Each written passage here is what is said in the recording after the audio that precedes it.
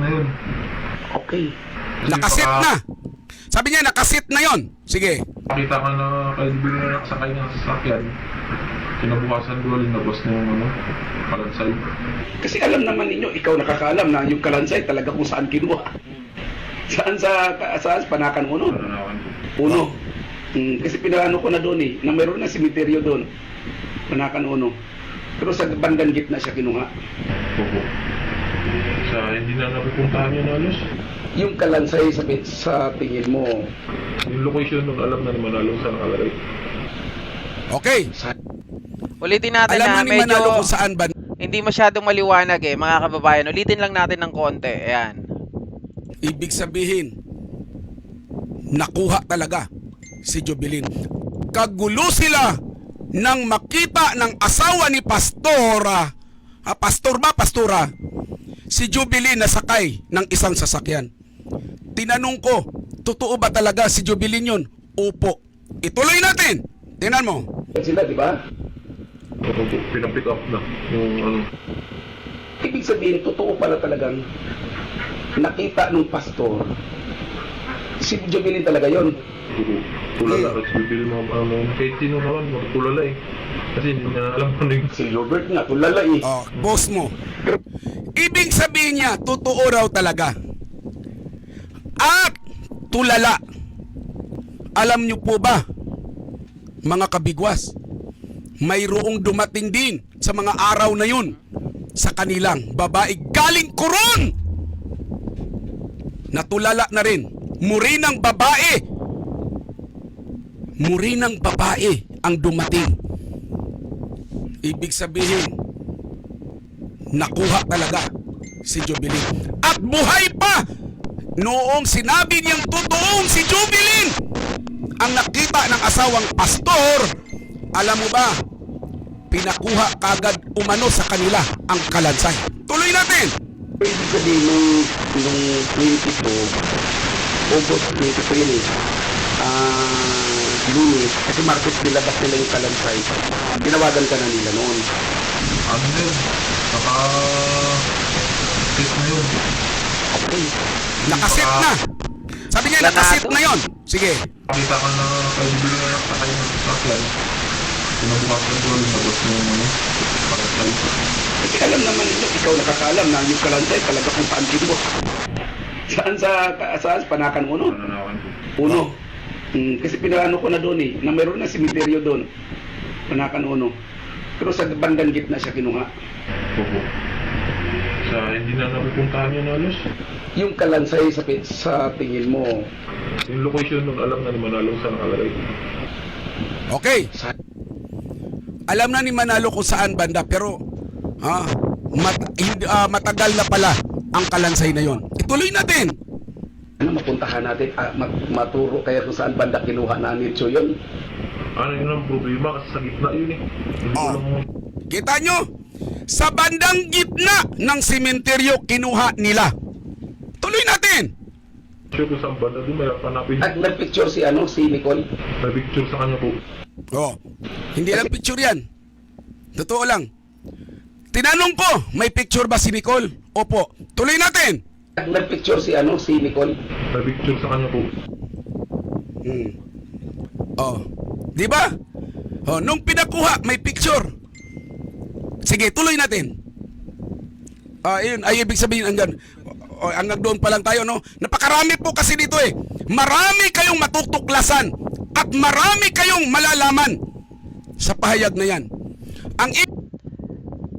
Pasensya na kung pinutol ni Sir Tommy Abile mga kababayan. Hindi pa nila pwedeng ilabas ng buo ang kanilang mga ebidensya. Kailangan muna nating kumbaga yung alas natin, wag muna nating ilabas ng tuluyan dahil pag nilabas mo na ang alas mo, yun ang sinasabi nila na kaya nilang i-counter. Maka-counter nila yon, mapapaghandaan nila. But pag hindi natin inilabas ng buo yun, magkakaroon sila ng agam-agam.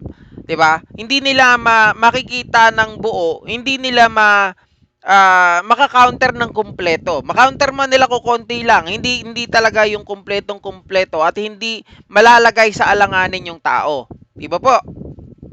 Ibig sabihin nito, mayroon video at picture si Nicole. Hindi pa nalagay kung paano kinuha dinala nung hanggang anong oras sila dumating hanggang sa dinala nila doon sa Santa Lourdes. Ibig sabihin, ngayon mga kabigwas, hindi ko pinangungunahan ng korte. Hindi ko pinangungunahan. Ano pakiramdam mo ngayon na may lumutang ngayon, Liobert, na magiging kasangga mo? Medyo medyo maganda na po yung ko, pag-iisip ko na hindi po sa akin lahat mga ganyan bilibintang nila sa akin. Kita nyo? Kasi dumating nung makita ng asawa ni Pastor, si Jubilin, nagkandara pa sila kagad. Pinalalabas kagad ang kalansay. Pinalalabas kagad ang kalansay. Ngayon, hanggang sa dinala na nila, bakit ba nagmamadali sila? Iko-close case. Ang tanong ko, mayroon bang inaasahan? O gusto ba ninyong makuha kagad ang reward? Ganun ba? Wala ba po kayo napansin doon sa nagsalaysay? Anong sabi niya? Nandoon kay Nicole. Pakiusap ko lamang po para sa patas na investigation at para ma-reopen man lang sana. Ako po'y nakikiusap. Baka pwede. Ilaylo nyo muna si Major Manalo. Huwag ninyo munang bigyan ng pwesto. At si Rhea Rayoso. Kasi, Tama, i-relieve muna, sa no? totoo lang po, Habang may lilitaw at investigasyon. lilitaw ang katotohanan. Marami na po sila sa loob. Yung ating kaibigan nasa serbisyo, ayaw lumutang. Pero handa niyang ipalutang ang mga nakasaksi. Maraming salamat sa inyo. Yan ang dahilan bakit hindi niyo ako mapapaniwala na si Exactly. Jubilin totoo. na yung bungo. Kasi Grabe, yung walang kumuha ibig. ng bungo ay nagkumpisal na dito eh. Feel nyo ba yung gusto niyang sabihin, mga kababayan? Kaya hindi siya tumitigil, hindi siya naniniwala dahil marami talaga siyang hawak na ebidensya. 'Di ba? Kung ang isang tao, hindi concrete ang evidence mo, ang hawak mo, hindi ka magpapatuloy ng ganito dahil alam mo yung buhay mo na nakasalalay, 'di ba? Alam mo yung buhay mo nanganganib, pero patuloy siyang bumabanat sa mga tao na 'to. At kung totoo, mga kababayan, yung sinasabi ng mga testigo, yes, I totally agree na dapat maalis muna sa pwesto pansamantala. Diba? Itong si Major Manalo, mga kababayan, para hindi siya makapag-intervene in case. Diba?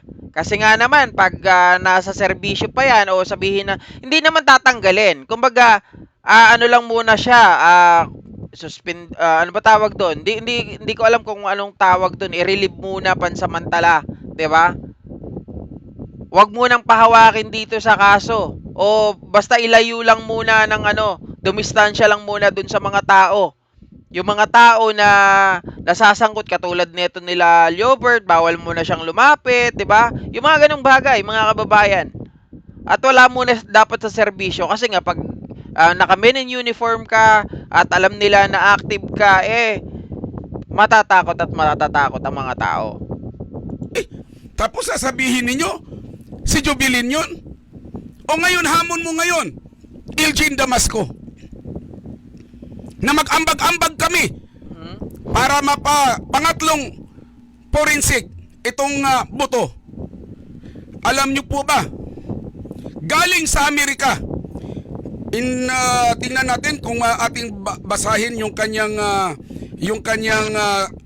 sabi niya dito. Tingnan natin ha. Ang sabi niya, Sir Tommy, magbuo po kayo ng isang grupo na doon namin mag-ambag-ambag kami ng mga Pilipinong nasa Amerika. Mapadiin ilang muli ang buto na yan. At dito sa Amerika natin dalhin. Yes. Kita nyo na. Diba? Maraming salamat sa iyo, sir, sa iyong suggestion. Ang gagawin po namin, dahil hindi kami scammer, ang gagawin po namin, mag-post muna kami sa page namin.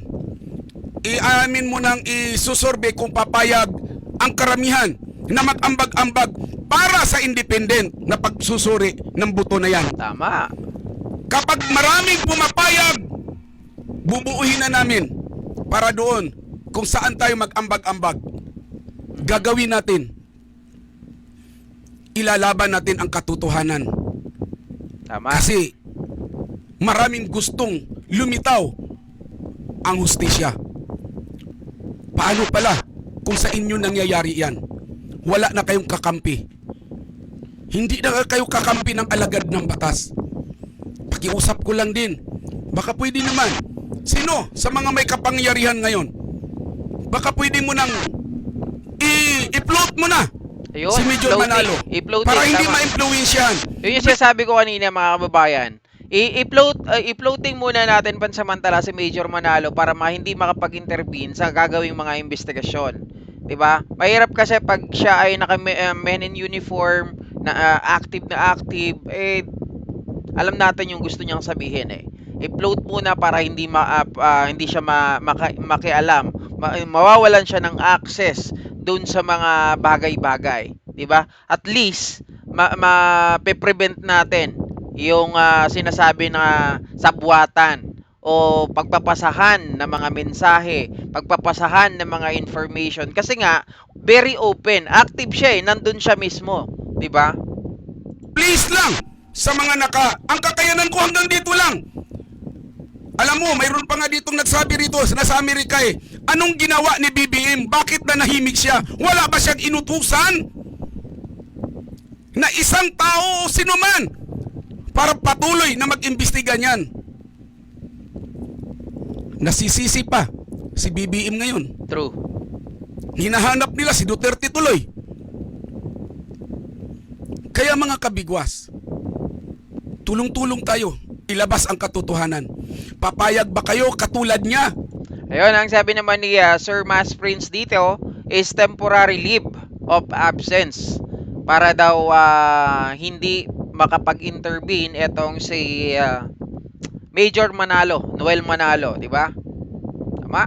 Na Thank you. mapaparusahan na hindi naman niya ginawa. Hindi ko po pinangungunahan ang korte. Nagsalita lang po ito. Sana ma-reopen ang investigation. Marami pa po kayong malalaman at marami pang lilitaw niyan. Sana protektahan natin si Nicole. Nicole! Sana nagasam na sa maayos ka pa na kalagayan. Pakiusap lamang po doon sa ating may mga posisyon. Baka pwede ninyong isave mo na si Nicole. Si Nicole po ang susi ng matuklasan natin at malaman natin kung saan si Jubilin. Sana naman. Magbabasa muna tayo bago tayo Grabe mga kababayan, no? Talagang eto si Nicole ang pinakasusi ng lahat talaga dahil bawat transaksyon daw nila, ito talaga yung nakakaalam. Dahil siya ang mukhang inuutusan ng kumbaga bawat kibot, bawat kilos, siya ang utosan ng mga to. Siya ang asset. Siya ang sinasabi nilang alpha. Saan na yun? Wala. Ito. Ami Villarreal Garcia, ilapit nyo kay Senador Rapi Tulfo ang witness mo, Sir Tommy. Ito naman, Ernest Ibira, kakadismaya si BBM. Okay, tinan nyo, nasisisi na pati ang Pangulo natin. Para malutas ang kabulukan, kaisa po kami sa kapakanan ni Jubilin. Mabuhay ka po, Sir Tommy. Sama-sama at ambag-ambag, ipasuri uli ang bungo. Okay, ito naman. Si Rosmay Castro, mag-ambag din po ako. Natin mga kababayan. Ito niya na. Alam kong wala. Kasi alam ko kung paano mangutang ang magulang niya. Makapagawa lang ng counter affidavit. Pagdating sa DNA na yan, walang kakayanan. Si Hubert. Hubert, magpapasalamat ka sa kanila. Ano masasabi mo sa kanila? Maraming salamat po sa sa tumutulong at sa sumusuporta po sa kay Sir Bigwas. Wag po kayong magsuporta kay Sir Bigwas. Maraming salamat po sa inyo sa nagtitiwala po sa amin, pati kay Sir Bigwas po. Alam niyo, sa totoo lamang po, sa totoo lang, hindi ko kinakalaban ang pamilya Jubilin. Gusto kong lumabas ang totoo. Dahil ako naniwala sa sarili ko, buhay pa siya. Bagamat tulala. Ang dami kong nalaman sa source na yan. Napakarami niyang sinabi. Pati mga lugar. Napakarami. Yan yung hamon ni Konsehal Elgin Damasco, mga kababayan, na pag wala daw inilabas na video or walang inilabas na tawag dito, kung walang katibayan na ebidensya na gumagawa lang ng kwento para for the views, itong si Sir Tommy Abile, siya daw po ay magsasampa ng kaso o kaya naman hinahamon niya ito ng lie detector test. At ito ngayon ang sagot na pinakaantay ng tao, inilabas, binigyan tayo ng konting pahapyaw ni Sir Tommy regarding po dun sa mga nalalaman ng tao na to. Hindi lang yan, mga kababayan, marami pang hawak at marami pang nalaman itong si Sir Tommy Abile sa mga nangyari. Kaya nga ang tao na to, patuloy na nanindigan, patuloy na lumalakad sa daan ng katotohanan. Diba? Kaya ito, sunod-sunod na ang mga kababayan nating nagsusumbong. Sir, hindi na kasi kami pwedeng magsalita dahil ipapatay kami niyan Isa lang ang aking masasabi. Lahat ng nalalaman ninyong katiwalian, dalhin nyo dito sa akin. Sa paligid ko lang kayo. Tulungan lang ninyo ako. Ipaglalaban ko talaga yan. Dahil alam ko, hindi mananaig ang kasinungalingan laban sa katotohanan. Basahin muna natin yung mga nandiyan. Okay. Anong sabi dito? Sir, kakampi mo kami. Ingat kayo, idol. Kita daw na wag mong tantanan. Jumil Tabinga, abangan mo sa korte. At ito naman, kawawa talaga ang pobre kung walang maitulong. Tingnan mo, biktima lang po ang pamilya nila dahil alam nila wala silang kakayanang magtanggol sa sarili. Nasa live ni Bigwas, Silliobert. Okay, ito. Guillermo Bides, bakit sinisi nyo si Marcos, yung mayor nyo? Hindi ako nakikipag-away. May punto, mga kababayan. Dapat local official muna ang gumawa ng paraan. Pero dahil nga nasasangkot din ng pangalan ng mayor ng Palawan, tingin nyo ba kung siya ay totoong dito dahil ang pangalan niya ay nadadawit, nakakaladkad, magtitiwala ba kayo? Di ba mahirap kahit sinong tao mahirap pagkatiwalaan, mga kababayan. Di ba po? At wag na wag niyo pong sisisihin ang Pangulong Marcos dito dahil bago pa maupo ang Pangulong Marcos, nakita natin, doon sa nakita nating mga report, since 2009, mga kababayan, marami ng kaso ng human trafficking dito sa lugar ng Palawan. So dati na yan, kalakaran na yan, dahil bilyon ang pinag-uusapan dito. Hindi yan basta milyon, mga kababayan. Ito ay bilyon-bilyon. At marami ang nakikinabang, marami ang nakakapagbulsa ng pera na galing dyan sa business nila yan. Yang monkey business ng, di ko alam kung sindikato, mga kababayan. Di ba? Siyempre, ano pa ba ang ano mo dyan sa mga may handler ng mga idadalin sa Malaysia o sa ibang lugar? Anong tawag dyan? Diba? Kayo na po ang bahalang umusga. Kaya, may taong bayan ang nagsuggest dyan. Salamat po sa nag-share po ng 100 stars. Ingat po, Sir Tommy, sabi naman ng isa. Yes, Sir Tommy, share. Ito naman, sabi naman dito. Ito si do. Mga basahan lang na lang yan, mga kababayan.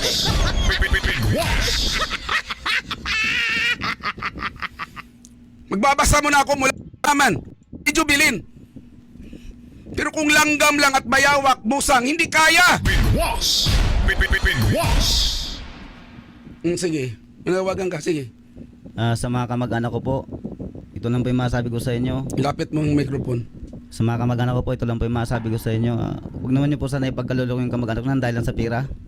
Dapat nga po makipagtulungan kayo sa amin Hindi yung nagpapagamit kayo nang dahil lang sa ganyang bagay, sa pera. Pinagpalit nyo ako, pinagkalulo nyo ako. Maawa naman kayo sa akin. Yun lang po yung hiling ko sa mga kamag-anak ko. Dapat makipagtulungan sila sa amin, magbuo kami. Hindi yung kami Nanginginig ako dito mga kababayan, sa totoo lang ha. Iba yung pakiramdam ko dito. Hindi pa man niya binabanggit kung sino yung mga kamag-anak niya. Pero ang isa lang ang nakikita ko dito mga kababayan. Mga ka-journey, isa lang ang nakikita ko dito. Pamilya nila Jobert ang tinutukoy niya. Na hindi nakikipagtulungan sa kanya bagkus inilalaglag pa sila dahil sa pera. 'Di ba? Makita nyo doon nakapasa sa lie detector test. Sobra. kamag-anak. Kami pa yung na ganitong sitwasyon, kayo pa yung aaway. Yun lang po yung hiling ko, makipagtulungan kayo sa amin. Yan, hindi ba kayo nakukonsensya? Kamag-anak ninyo, ididiin ninyo. Nang dahil lang sa mga pera, sana naman huwag na akong ipagkalulo ng dahil lang sa pera. Yan lang. Alam mo, sa totoo lang, nababagbag ang damdamin ko niyan.